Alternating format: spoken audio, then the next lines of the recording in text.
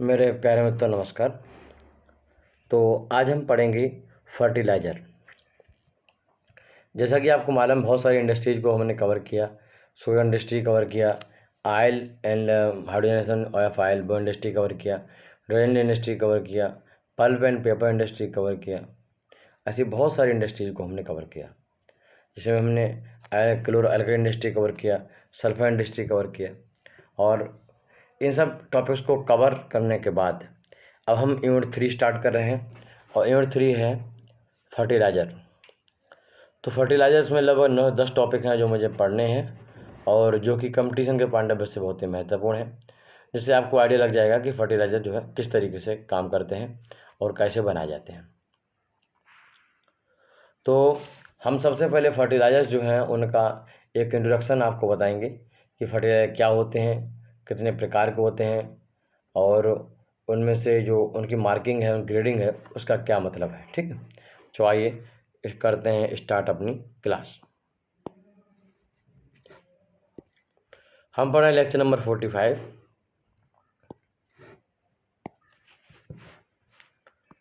तो सभी लोग एक हेडिंग डालेंगे। हेडिंग है फर्टिलाइजर इंडस्ट्री। तो आपको मालूम ही है हम स्टार्ट कर रहे हैं। बाबा ने सबसे पहले ऊपर लिख ही लिया होगा, तो ऊपर लिख लो फर्टिलाइज़र। फर्टिलाइज़र सबसे पहले हमें जानना होगा कि फर्टिलाइज़र होते क्या हैं। ठीक, तो लिखो फर्टिलाइजर्स आर substances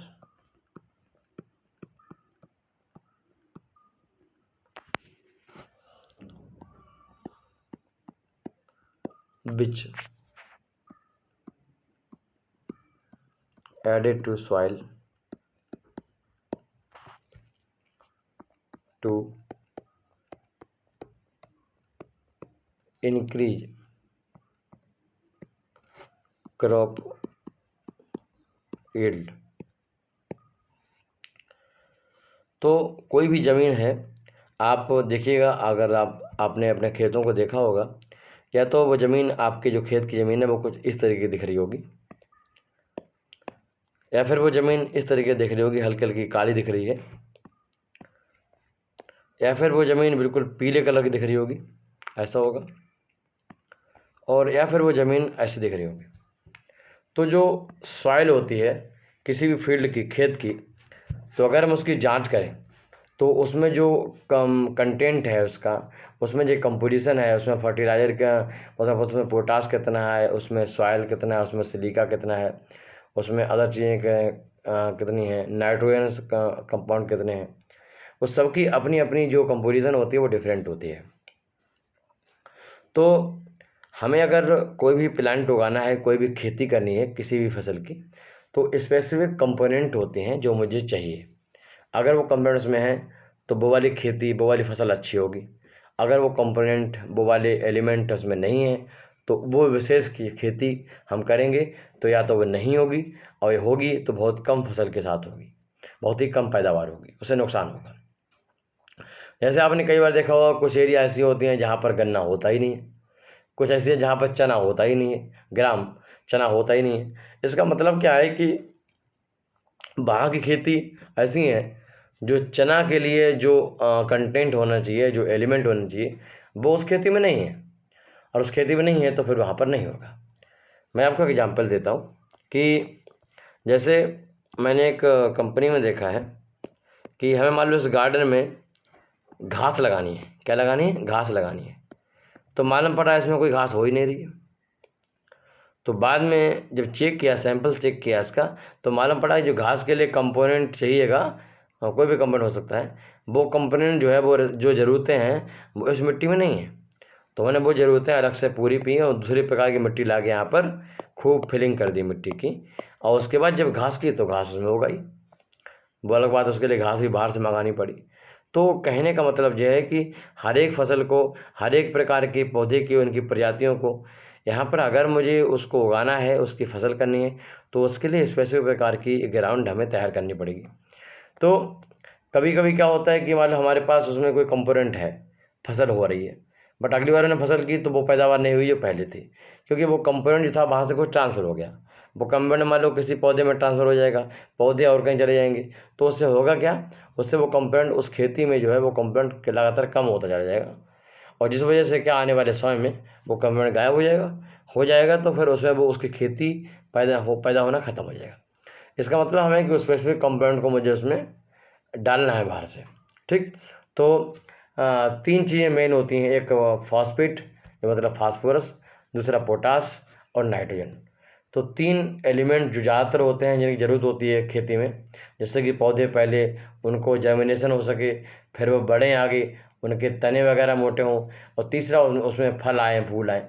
तो इन सब के लिए 3 मेन कंपोनेंट होते हैं, वो हैं फॉस्फेट, फास्फोरस, पोटास और नाइट्रोजन। तो कहने का मतलब यह है कि हम बात कर रहे थे डेफिनेशन की, फर्टिलाइजर के ऊपर डेफिनेशन की। तो डेफिनेशन थी कि fertiliser are substances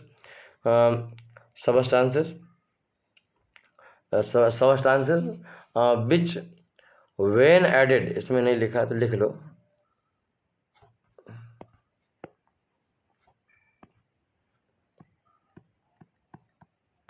which when added to soil to increase crop yield, मतलब फसल की पैदावार बढ़ाने के लिए हम जो है उन कंपोनेंट को बाहर से, उस सबस्टांस को बाहर से मिलाते हैं। अगर ऐसे सबस्टांस हैं जो कि फसल की पैदावार बढ़ाने में हेल्पफुल हैं तो हम उनको फर्टिलाइज़र कहते हैं। ठीक, तो जो फर्टिलाइज़र हैं वो बेसिकली 2 प्रकार के फर्टिलाइज़र होते हैं, तो उनको हम लिख लेंगे। अब है डालोगे टाइप्स ऑफ फर्टिलाइज़र, हेडिंग है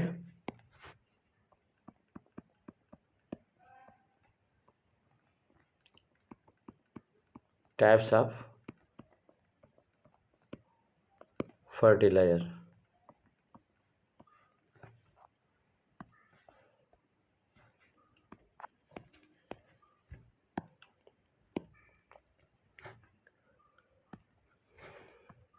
जो टाइप्स ऑफ फर्टिलाइजर में सबसे जो पहला प्रकार आता है वो है primary fertiliser. Primary fertiliser, primary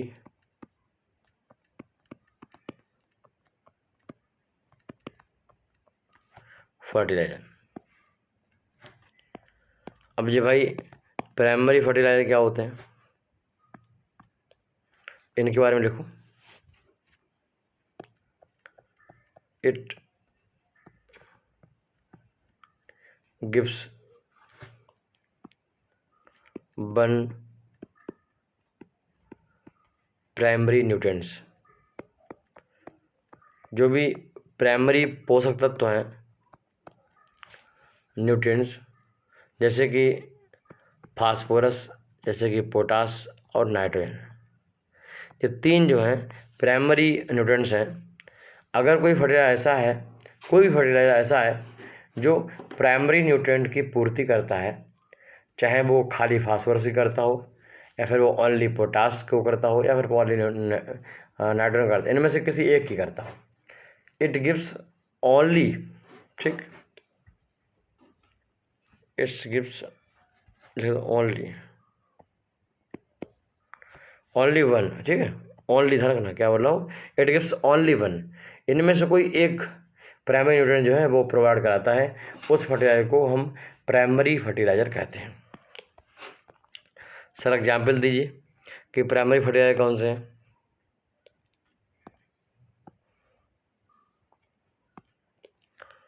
तो जो पहला फर्टिलाइज़र है उससे बोलते हैं नाइट्रोजनस फर्टिलाइज़र।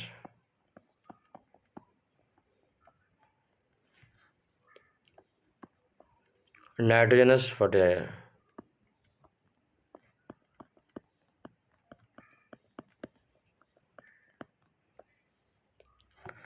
दूसरा है वो है फॉस्फेटिक फर्टिलाइज़र।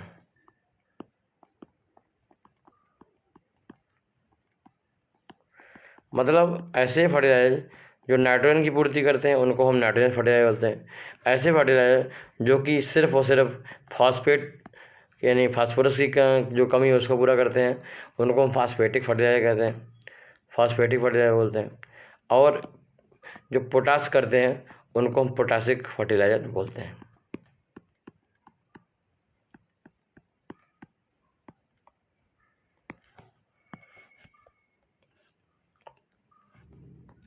सर एग्जाम्पल दीजिए। तो नाइट्रोजन फर्टिलाइजर का सबसे अच्छा एग्जाम्पल है यूरिया। फार्मूला होता है NH2CONH2। नाइट्रोजन फर्टिलाइजर का एग्जाम्पल है NH4Cl। जब मैंने आपको डुअल प्रोसेस सोडा पढ़ाया था या फिर मॉडिफाइड सोलर प्रोसेस, तो मैंने बोला कि NH4Cl से अमोनिया रिकवरी नहीं करते हैं, हम उसके क्रिस्टल बना के सेल कर देते हैं। तो यही NH4Cl के क्रिस्टल हैं, मदर लिकर के क्रिस्टल हैं, जो मार्केट में as a fertiliser nitrogen fertiliser sell हो जाते हैं। तीसरा है अमोनियम नाइट्रेट। अमोनियम नाइट्रेट बहुत ही खतरनाक केमिकल है जो कि एक्सप्लोजिव के रूप में होता है, बट ये भी जो है हम बोल सकते हैं कि हमारे लिए एज ए नाइट्रोजन पूर्ति करने के लिए काफ़ी है। इसका यूज ज़्यादा नहीं होता है। सबसे ज़्यादा यूज जो है वो यूरिया का इसमें होता है और NH4Cl का इंडिया में ज़्यादा यूज नहीं होता है। हालांकि इंडिया में जो सोडा के प्लांट हैं जो कि मॉडिफाइड सोलर प्रोसेस या फिर डुअल प्रोसेस में काम करते हैं, उनको ये बनाते हैं और मार्केटिंग भी है इसकी। SSP और TSP, सिंगल सुपर फास्फेट और ट्रिपल सुपर फास्फेट। मैंने आपको बताया था सिंगल सुपर फास्फेट अगर आपको बनाना है तो फास्फेट रॉक में Ca10 PO4 का होल 6 और F2, इसमें अगर आप 7H2SO4 रिएक्शन कराते हो तो आपको मिल जाता है क्या, SSP। ठीक, CaH4 CaH4 और क्या था .7CSO4 करके इस तरीके से पूरा फार्मूला था। तो वहाँ से बन जाता है और HF बनता है। साथ में अगर मैं फास्फोरिक एसिड सिलेक्शन करवाता हूँ तो हमारे लिए मिलता है TSP। SSP में 16% फास्फोरस होता है और उसमें जो है 48% फास्फोरस होता है। इसमें फास्फोरस जो है वो N2 की फॉर्म में होता है। इसमें जो फास्फेटिक फर्टिलाइजर हैं इनमें फास्फोरस जो है P2O5 फॉर्म होता है, इसमें नाइट्रोजन N2 फॉर्म होता है। और पोटासिक में एग्जाम्पल है K2SO4 और उसमें पोटास जो होता है वो K2O की फॉर्म में होता है। पहले हमने यूरिया एग्जाम्पल देखा या फिर अमोनियम क्लोराइड देखा। इन सब में N2 की फॉर्म में हमें मिलता है। हम काउंट करते हैं, एस्टिमेट करते हैं नाइट्रोजन प्रेजेंस को। हम फास्फेटिक फर्टिलाइजर में फास्फोरस प्रेजेंट को हम P2O5 कितने परसेंटेज है इसमें लगाते हैं, और जो क्या बोलते हैं इसको पोटासिक फर्टिलाइजर है इसको हम इसमें K2O कितना परसेंटेज अवेलेबल है इसमें लगाते हैं। और आपको बता दें जो नाइट्रोजन फर्टिलाइजर हैं उनमें हम एक्यूरेटली देखें तो नाइट्रोजन जो है वो सिर्फ N%, एटॉमिक फॉर्म में कितने परसेंटेज है इसके हिसाब से हम आइडिया लगाते हैं कि कितने परसेंटेज अवेलेबल है। दूसरा जो फर्टिलाइजर का टाइप है उसको बोलते हैं हम बैलेंस फर्टिलाइजर। बैलेंस फर्टिलाइजर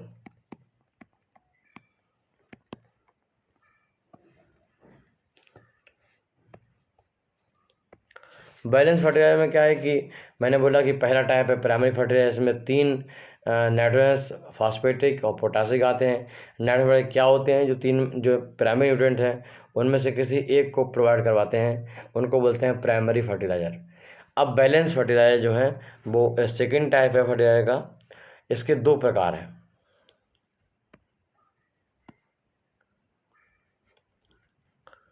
जो पहला प्रकार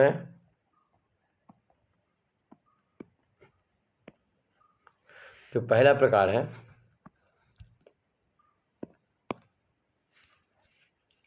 वो है कॉम्प्लेक्स फर्टिलाइजर, और ये दूसरा प्रकार है इसका मिक्स्ड फर्टिलाइजर। मान लो हमें या तो अनुभव होता है या हमें किसी ने बताया है या फिर हमने लैब से पता करवाया सैंपल चेक करवा के कि भाई हमारी कोई ज़मीन है, उसको एक नहीं उसमें 2 या 3 ऐसे कंपाउंड हैं जो कि मतलब 2 ऐसे कंपाउंड हैं जो नहीं है। जब उसने बोला कि भाई इसमें नाइट्रोजन भी नहीं है और उसमें फास्फोरस भी नहीं है, तो मतलब 2 चीज़ चाहिए मुझे। तो ऐसे फर्टिलाइजर जो एक से ज़्यादा प्राइमरी न्यूट्रिएंट्स को प्रोवाइड करते हैं, हम उनको बैलेंस फर्टिलाइजर कहते हैं। जो बैलेंस फर्टिलाइजर होते हैं वो प्राइमरी की तरह किसी एक को प्रोवाइड नहीं करते हैं। प्राइमरी वाले अगर नाइट्रोजन प्रोवाइड करते हैं तो फास्फोरस नहीं करेंगे, पोटास नहीं करेंगे। अगर फास्फोरस करते हैं तो पोटास और नाइट्रोजन नहीं करेंगे, कोई एक कंपोनेंट देंगे। बट कॉम्प्लेक्स और मिक्स फर्टिलाइजर जो होते हैं वो आपको 2 कंपोनेंट भी दे सकते हैं, 3 भी दे सकते हैं।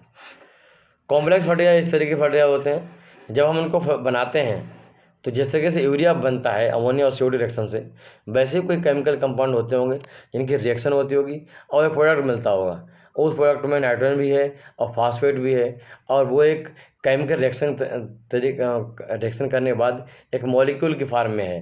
तो उसको हम ऐसे फर्टिलाइज़र जो सिंगल मॉलिक्यूल हैं, ऐसे फर्टिलाइजर जो मॉलिक्यूल तो सिंगल है उनका, बट उसी मॉलिक्यूल में नाइट्रोजन भी है, फास्फोरस भी है, तो ऐसे फर्टिलाइजर को कॉम्प्लेक्स फर्टिलाइजर कहते हैं। एग्जाम्पल के लिए नाइट्रोफॉस्फेट, NP। नाइट्रोफॉस्फेट पहला एग्जाम्पल है। नाइट्रोफॉस्फेट एक मॉलिक्यूल है, एक केमिकल कंपाउंड है, तो इसमें नाइट्रोजन भी है, इसमें N कितना परसेंटेज ये पता कर सकते हैं, और उसमें फास्फोरस भी है, यानी P2O5 कितने परसेंटेज में है हम ये भी पता कर सकते हैं। दूसरा एग्जाम्पल, दूसरा है मोनो अमोनियम फास्फेट, तीसरा है डाई अमोनियम फास्फेट। तो मोनो अमोनियम फास्फेट से हमें नाइट्रोजन भी मिलेगा, हमें मिलेगा, और साथ में हमें फास्फेट भी मिलेगा।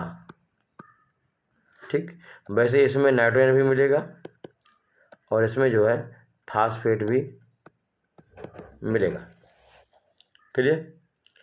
तो मोनोअमोनियम फास्फेट, डाईअमोनियम फास्फेट और nitrophosphate, this is the compound, this is a complex fertiliser. अच्छा, जिस तरीका से था कि हम कंपाउंड कोई हमारे केमिकल्स हुआ करते हैं, उनकी रिएक्शन करवाते हैं और मुझे प्रोडक्ट मिलता है, और उस प्रोडक्ट के एक सिंगल मॉलिक्यूल में दोनों जो माइक्रो न्यूट्रिएंट मतलब प्राइमरी न्यूट्रिएंट्स हैं वो मुझे पाए जाते हैं। यहाँ तक बात समझ में आती है।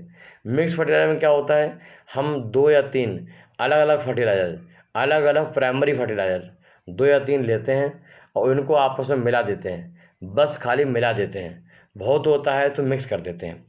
इंडस्ट्री में एक मिक्सिंग करने की डिवाइस होती है जिसको बोलते हैं पग मिल।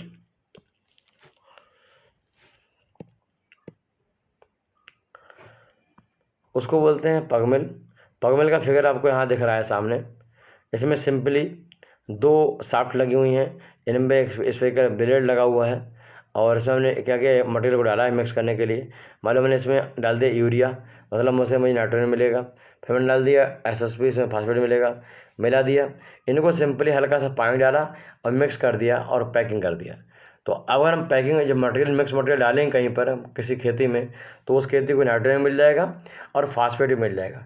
बट एक्चुअली वो जो 2 टाइप के कंपाउंड मिलाए गए आपस में, या फिर हो सकता है कि हमने सीधे P2O5 और नाइट्रोजन कंपाउंड को मिला दिया हो, तो वो हम डालेंगे तो हमें कंपाउंड तो उसका जो कंपोनेंट है वो तो खेती में मिल जाएगा थोड़ी देर में।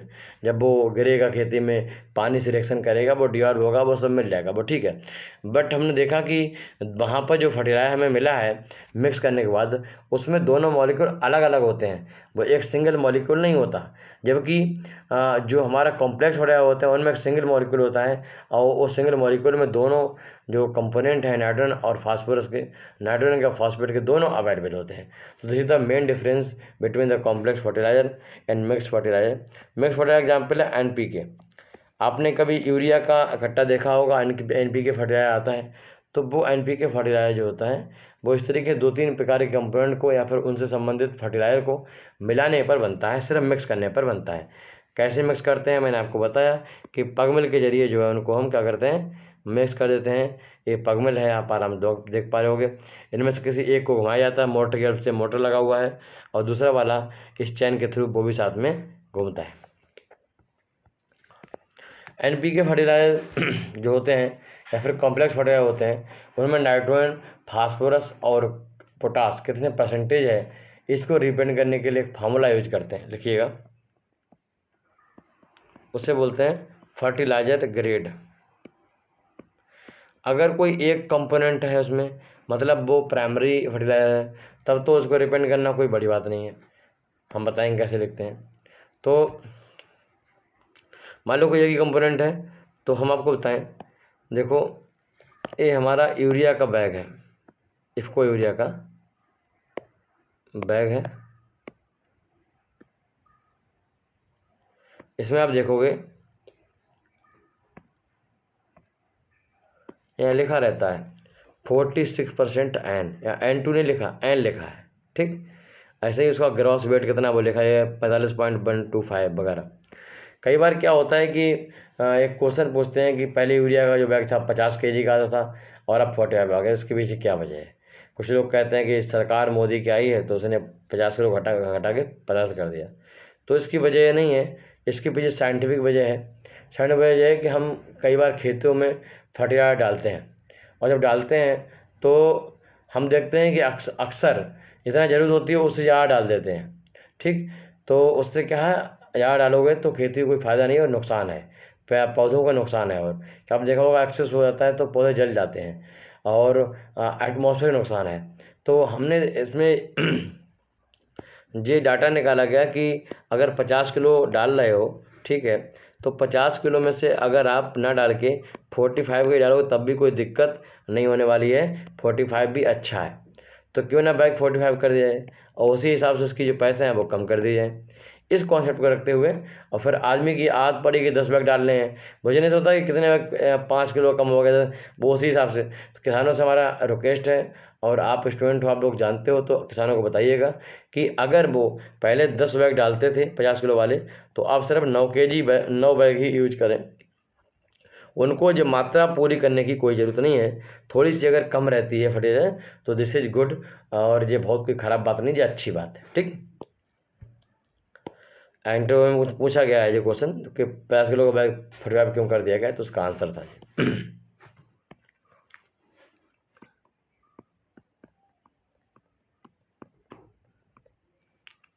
Represent in proportion.